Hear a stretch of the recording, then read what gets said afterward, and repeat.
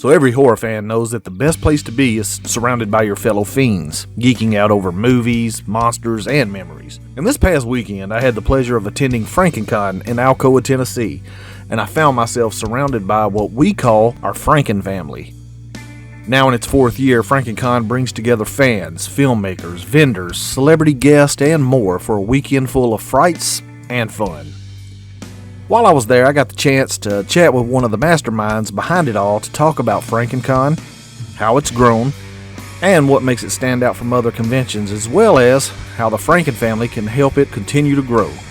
So check out my quickie interview with Richard Ewell and dive into the twisted and terrific world of FrankenCon. So we've learned a lot over the past 3 years. I think we're honing in on what we want FrankenCon to be, as far as, we're vendors, we're guests, we're experiences. We're not just like, it's not just autographs and leave. It's a kind of home away from home, as we like to say. So I think we've learned that, and this year we honed in on the guests a little bit, and we expanded the vendors in a way, and that really has helped us to be successful this year. I don't know. I just think that, it's a passion. People love. I don't know what drives us. Like, I'm a horror fan. I'm a wrestling fan. I'm a fan of many things, and so I think horror is just a genre that kind of takes you out of the reality of life. Sometimes, you can watch a movie like Basket Case, or especially like 2 and 3, you can watch a sillier ones, or even like Jason. It's a nostalgia thing. A lot of people watched horror movies with their parents or grandparents when they were growing up, and so some of that nostalgia carries over. And I just think horror is cool. It's such a genre. With most other things, it's kind of like comedy. But with horror, you've got slashers, you've got creature flicks, you've got space, you've got, all sorts of stuff. So I think that helps, that it's a wide variety.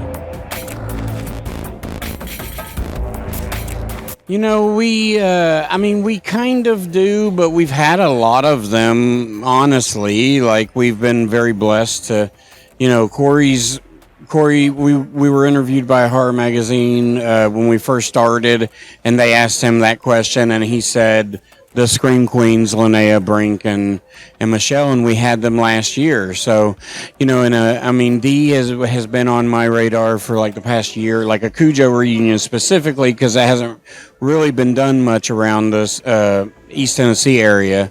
So having Dee and Danny here, and it's just seeing what worked. So the Franken Stories and the Franken Film Fest, those are two of our most popular things. And the Franken Stories is brand new to this year. So, I think it's just looking at that and maybe expanding those, and maybe adding another type of contest that we can. I think it's just nice to give people an opportunity to be creative, and those are our biggest draws.